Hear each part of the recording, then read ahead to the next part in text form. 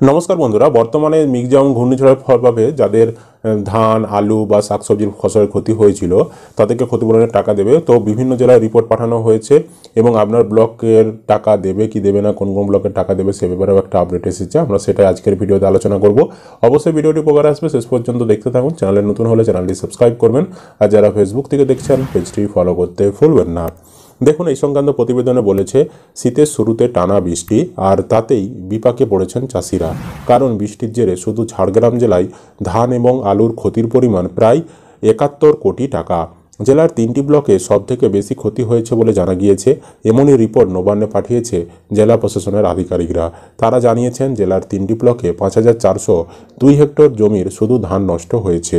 ধানের পরিমাণ প্রায় ৩০,০০০ মেট্রিক টন। মূলত কাটতে দেরি করায় বেশিরভাগ ক্ষেত্রে জমিতে ধান নষ্ট হয়ে গিয়েছে। অনেক ক্ষেত্রে দেখা গিয়েছে ধান কাটা হয়ে গেলেও মাঠে ফেলে রাখা হয়েছে। এর ফলে ক্ষতির পরিমাণও বেড়েছে। ঝাড়গ্রামের কৃষি অধিকর্তা অজয় শর্মা বলেন, এ মাসের শুরুর দিকে বৃষ্টি হওয়ায় ধান এবং আলুর ক্ষতি হয়েছে। শুধু ঝাড়গ্রাম জেলা না, পূর্ব মেদিনীপুর, পশ্চিম মেদিনীপুর, বাঁকুড়া, পুরুলিয়া, পূর্ব বর্ধমান, পশ্চিম বর্ধমান, হুগলি, বীরভূম বিভিন্ন জেলাতে কিন্তু ক্ষতি হয়েছে। সমস্ত জেলার কৃষকরাই ক্ষতিপূরণের কিন্তু টাকা পাবেন। তো আপনার জেলার নাম, ব্লকের নাম অবশ্যই কমেন্টে জানাবেন। আপনার জেলা ব্লকের যখনই আপডেট আসবে আমরা সেটা কিন্তু জানাবো। বর্তমানে আমি যেই খবরটা দেখাচ্ছি অবশ্যই শেষ পর্যন্ত দেখুন, এখান থেকেও কিন্তু আপনাদের জন্য গুরুত্বপূর্ণ তথ্য রয়েছে। ৩টি ব্লকের চাষি সব থেকে বেশি ক্ষতিগ্রস্ত হয়েছে, তাদের ক্ষতিপূরণ দেওয়ার চেষ্টা চলছে। ইতিমধ্যেই রিপোর্ট পাঠিয়ে দেওয়া হয়েছে, চাষিদের সব রকমের সহযোগিতা করা হবে। প্রসঙ্গত, লাল মাটির দেশেও চাষের অগ্রগতি হয়েছে। বর্তমানে ঝাড়গ্রাম জেলায় সারা বছর ধরেই বিভিন্ন ফসলের চাষ হয়। এছাড়া বর্তমানে প্রত্যন্ত এলাকার চাষিরাও কৃষক বন্ধু, ফসল বীমা সহ বিভিন্ন সরকারি প্রকল্পের সুবিধা পাচ্ছেন। তবে বহু এলাকার জলস্তর নিচে থাকায় চাষের জন্য পর্যাপ্ত জলের সমস্যা রয়েছে। অক্টোবর মাসের প্রথম সপ্তাহে বৃষ্টি হওয়ায় খারিফ মরশুমে জলের ঘাটতি মিটে যায়।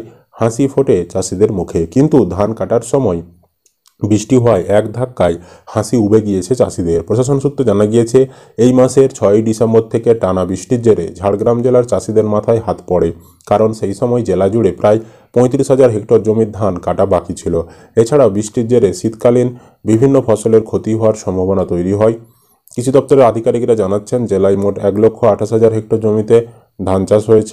তবে ঝাড়গ্রাম, বিনপুর ১, বেলপাহাড়ি ব্লকে ১,৫৫৬টি মৌজায় ধানের ক্ষতি হয়। প্রায় ৫,৪০২ হেক্টর জমির ধান নষ্ট হয়ে গিয়েছে।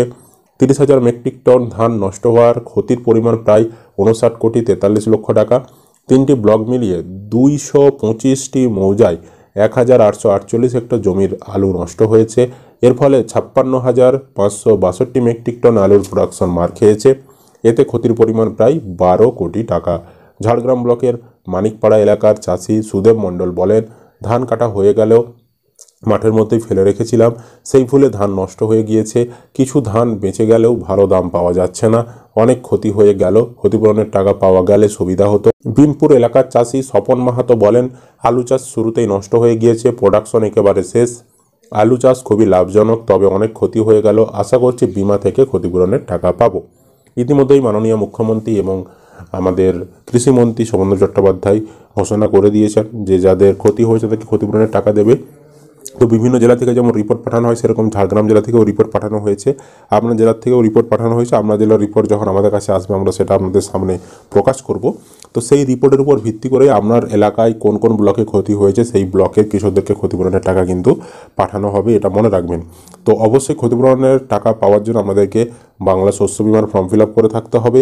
বাংলা শস্য বিমার ফর্ম কীভাবে ফিল আপ করবেন, কী কী ডকুমেন্টস লাগবে সেই বিষয়ে আমরা কিন্তু চ্যানেলে আগেই ভিডিও দিয়েছি। তো যদি আপনারা সেই ভিডিও না দেখে থাকেন, এই ভিডিওর শেষে সেই ভিডিও দেওয়া রয়েছে, অবশ্যই দেখে নেবেন। যদি আপনারা বাংলা শস্য বিমার ফর্ম ফিল আপ করে জমা না করেন তাহলে কিন্তু কেউ ক্ষতিপূরণের টাকা পাবেন না। আশা করি আপনারা ভিডিওটা বুঝতে পেরেছেন। যদি ভিডিও ভালো লেগে থাকে অবশ্যই লাইক করবেন। আপনার কোন ফসলের ক্ষতি হয়েছে, কোন জেলা থেকে ভিডিওটি দেখছেন কমেন্টে জানিয়ে দেবেন। আর ইউটিউব থেকে দেখলে চ্যানেলটা সাবস্ক্রাইব, ফেসবুক থেকে দেখলে পেজটি ফলো করতে ভুলবেন না।